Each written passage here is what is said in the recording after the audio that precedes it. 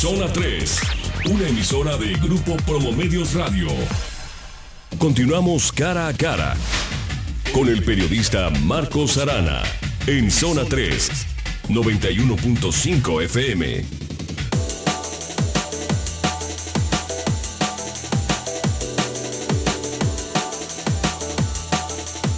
Bueno, mire usted, Ricardo Villanueva, como candidato del PRI a presidente municipal de Guadalajara, está hablando de un fondo de 1,000 millones de pesos. Pero yo te pregunto, candidato, ¿y el gobierno federal a cambio de qué? ¿O nomás porque eres cuate te va a dar 1,000 millones de pesos? No, la verdad es que lo que le voy a decir al gobierno federal es que es el dinero más barato que van a invertir en cualquier ciudad del país.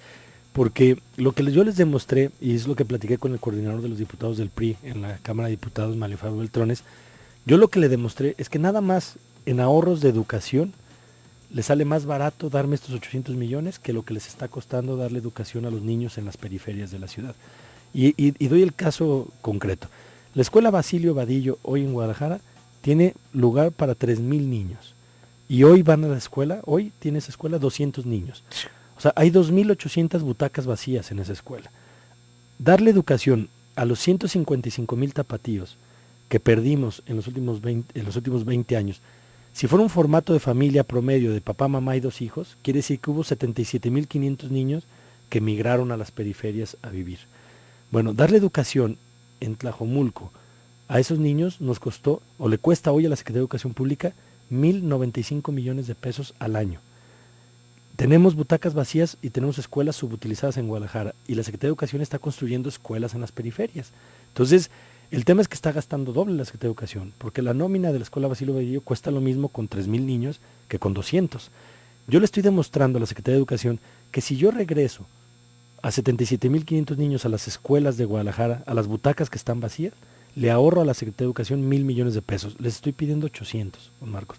Y si saco la cantidad de accidentes que voy a evitar, nada más en accidentes, de los 155,000 tapatíos que se fueron, está tasado que son 100 millones de pesos lo que nos cuestan accidentes viales, los 155,000 tapatíos que se fueron a las periferias.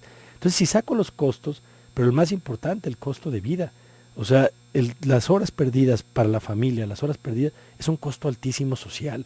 O sea, tener a niños que no pueden tener a sus padres, tener a niños que no pueden convivir con sus papás durante el día, ese es un costo social altísimo. Entonces, yo le voy a mostrar a la Secretaría de Hacienda que este es el dinero más barato que pueden invertir en las capitales del país. Mira, con el fin de darle salida a algunos comentarios de la gente, porque al final de cuentas la gente es lo que importa. Manda. Sí. Yo te pregunto, y no más, te está preguntando Alejandro Páez, dice, bueno, pero si Ricardo Villanueva representa a un partido que está en el gobierno del estado hace 2 años, ¿por qué no comenzaron con este programa hace 2 años? Bueno, yo creo que debieron de haber empezado hace 20, ¿no? O sea, a mi gusto el error de esta ciudad fue que se dejaron de hacer trenes. No es posible que en el 94 ya tuviéramos 2 líneas de tren eléctrico y Monterrey no tenía ninguna. Y hoy Monterrey ya va por su 5ª o 6ª línea, no sé, y nosotros apenas por la 3ª. No, yo estoy de acuerdo en que hay muchas cosas que se han dejado de hacer. Este es el planteamiento de Ricardo Villanueva, esto es lo que yo propongo. Si a ningún otro presidente municipal se le había ocurrido exigir el dinero por los 3 millones de personas que usan la ciudad, pues no sé por qué, pero me parece esto lo más inteligente y lo más justo posible, ¿no? Entonces, ese es mi planteamiento. Rodolfo García te pregunta, a ver, Ricardo Villanueva, por favor, me pasa lo que estás diciendo, pero yo te pregunto, nosotros los tapatíos como sociedad, ¿cómo le vamos a hacer si cuando seas presidente municipal no cumples? No, bueno, yo sí creo en los mecanismos de revocación de mandatos. Si es necesario que se evalúe el trabajo del presidente municipal, yo estaría dispuesto a someterme a esa evaluación y justamente a eso me enfrento todos los días. Yo creo que la gente ya no cree, es lo que decíamos al principio, don Marcos, sí. O sea, la gente ya no cree. Yo quiero presentarme con mis hechos, o sea, ¿qué quiero decir? Yo estoy planteando que puedo ser un buen gestor de recursos para la ciudad, para las infraestructuras y para todo lo que nos hace falta. Yo lo que les puedo decir es que ya lo hice en el pasado. En los 2 años que yo fui secretario de Finanzas de este estado, son los 2 años que más recursos federales han bajado a Jalisco en toda su historia. Y eso está demostrado. Si yo les demuestro cómo, porque el gobernador Aristóteles Sandoval ha sido el mejor gestor de recursos que ha habido en la historia de Jalisco. O sea, en 2 años que lleva como gobernador, nada más para que nos demos una idea, el proyecto de tren eléctrico vale 17,000 millones de pesos. ese proyecto, esa gestión de recursos federales, para poderlo hacer con recurso estatal, hubiéramos tardado o dedicado el dinero de obra pública durante 10 años, toda la obra pública para Tapalpa, Vallarta, Guadalajara, toda la zona metropolitana, durante 10 años. Entonces, Ciudad Creativa Digital, 300 millones. O sea, todos los proyectos ejecutivos que cayeron en mis manos como secretario de Finanzas, hoy están en el presupuesto de egresos de la Federación. O sea, a los jaliscienses no nos va a costar ni un solo peso y he sido, creo, un gran gestor de recursos. Eso es lo que estoy planteando para la ciudad. O sea, creo que esa es mi expertise. Si a nadie se le había ocurrido es porque a lo mejor nunca se había pensado en tener a un exsecretario de Finanzas como presidente municipal. Entonces, bueno, a ver, hay una cuestión. Mira, te está diciendo Fernando Gabriel, bueno, estamos viviendo en una ciudad de extraños, sí, porque se ha perdido la convivencia social. ¿Qué nos dices de eso? Es que justo eso es lo que planteo. O sea, ahorita que decía que hablábamos de pesos y centavos, de cuánto cuesta los accidentes, que cuánto cuesta la educación, no, yo justamente creo que lo más valioso de este modelo de ciudad que yo estoy planteando son las horas de convivencia familiar. O sea, somos extraños porque efectivamente ya no vamos a casa más que a dormir, llegamos en la noche, nos escondemos y en la mañana salimos. No conocemos y no vemos a nuestra familia. Yo en verdad, Marcos, yo entre semana hace muchísimos años que no como con mis hijas.